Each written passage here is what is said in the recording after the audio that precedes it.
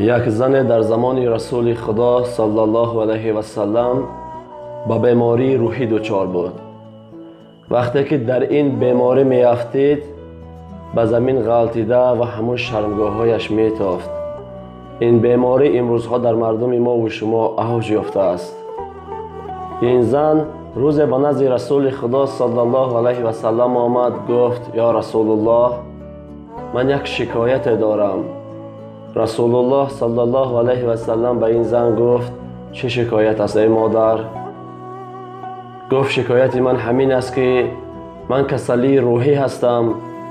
وقتی که این کسلی مرا می قپد من در زمین می افتم و شرمگاه های من می تابد.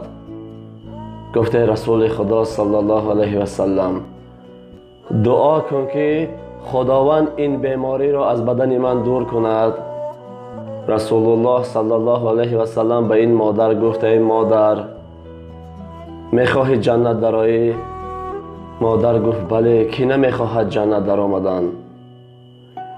رسول الله صلی الله علیه و سلم گفت این بیماری تو را جنت خواهد در آورد. گفت الحال در حق دعا میکنم. این مادر گفت نه، من میخواهم که جنت بدرایم، بگذار که این بیماری تا روز مرگ در بدن من بایستد. تنها دعا کن که وقتی که همین بیماری مرا میقبضد و در زمین میافتم شرمگاه هایم نتابد.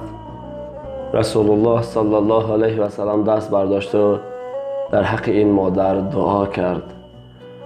خب امروزها میبینیم بسیاری از برادران ما و شما به این کسلی ها دچار هستند. خداوند شفاشان دهد. هستند مداهایی که جنخوان هستند. ببرید فرزندان خود را طبابت بکنند، بخوانند، شاید که اون جن از بدنش برآمده رود. برایت بسیار خوب است که طاعت و عبادت خدا را میکند. نه برایت مثال اون بی عقل است، هیچ چیز را نمیفهمد و انشاءالله عاقبتش جنت است.